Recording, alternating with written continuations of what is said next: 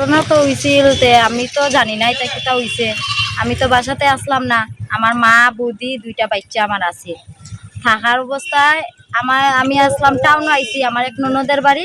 ননদের বাড়ি থেকে আমি বাইরেছি 7:30টায় বাইরিয়া আমি গেছি বাজার করছি। বাজার থেকে বাড়িতে না গেছি আমার একটা দাদার দোকান থেকে।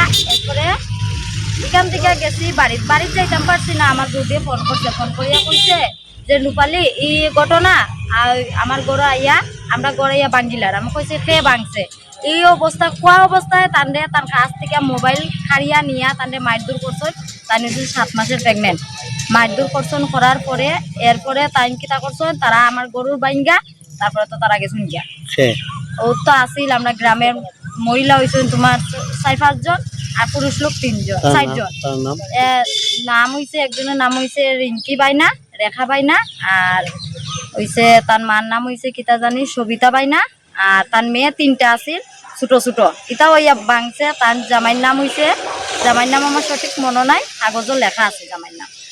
কোন জায়গায় ঘটনাটা ঘটছে? এটা হয়েছে দক্ষিণ গঙ্গানগর, দক্ষিণ গঙ্গানগর বিশরি বাড়ির সামনে, নতুন পার্কের সামনে। তোমার নাম? আমার নাম রূপালী কৈরি দাস।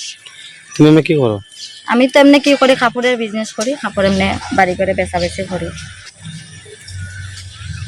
কে লাগি ভাঙচুর করছে কিছু জানছো না? খেয়াল লেগে বাঙ্গু করছে এটা তো আমি জানছি না, কিচ্ছু জানি না আমি। আইসে তারা রাত্রে আইয়া দুমদাম তারা সবে মিলিয়ে আমার ঘর ভাঙ্গি করছে, অতটুকু আমি জানি। কোন কারণে জানি এটা তো পঞ্জিত আমি জানাইছি, পঞ্জিত কোনো ইয়ে লইছে না। থানায় কমপ্লেন তো করতে? থানাত কমপ্লেন দিছি, থানায় কইছে যাইব, থানায় গেছে না। থানা থাকা অবস্থায়, প্রধান থাকা অবস্থায় আমার ঘর ভাঙ্গা হয়েছে। কোন কারণে ভাঙ্গা হয়েছে আমি জানি না। থানা আসলো নি কোনগুলো? থানা আছিল, থানাও আছিল, প্রধানও আছিল, থাকা অবস্থায় আমার ঘরটা ভাঙ্গা হয়েছে।